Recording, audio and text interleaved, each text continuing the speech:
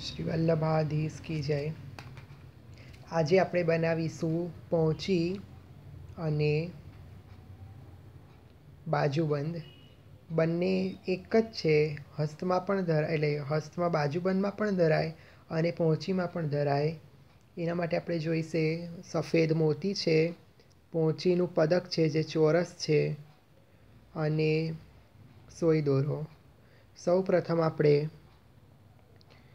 એક મોતીને બેમાંથી એટલે કે બંને સોયમાંથી કાઢવાનો છે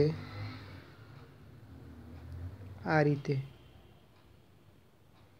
હવે શું કરવાનું છે કે બંને સોય અલગ અલગ કરી દેવાની છે। તો અહીંયા બે મોતી અને આ સોયમાં બે મોતી।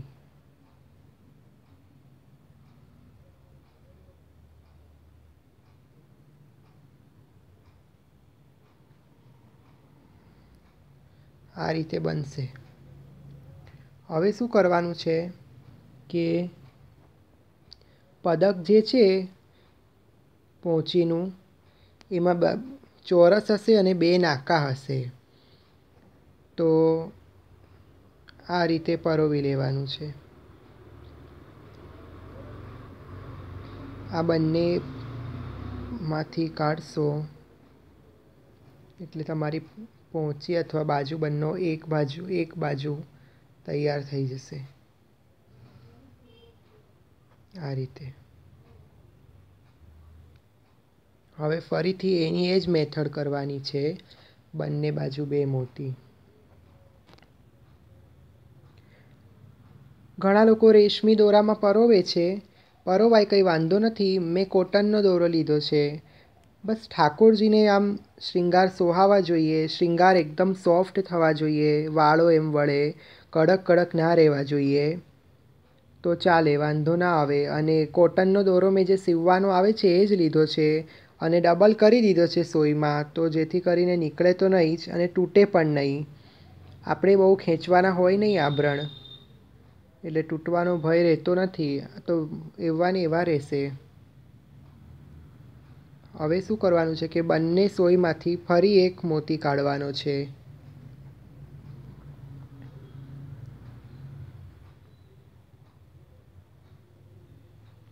ખેલની પહોંચી કે બાજુબંધ કરવું હોય તો વચ્ચેના પદક મીનાકારીનું લેવું અને આજુબાજુ મોતી સોનાના લેવાના। આ તૈયાર છે તમારું પહોંચી અથવા તો બાજુબંધ, બંનેમાં ધરાશે।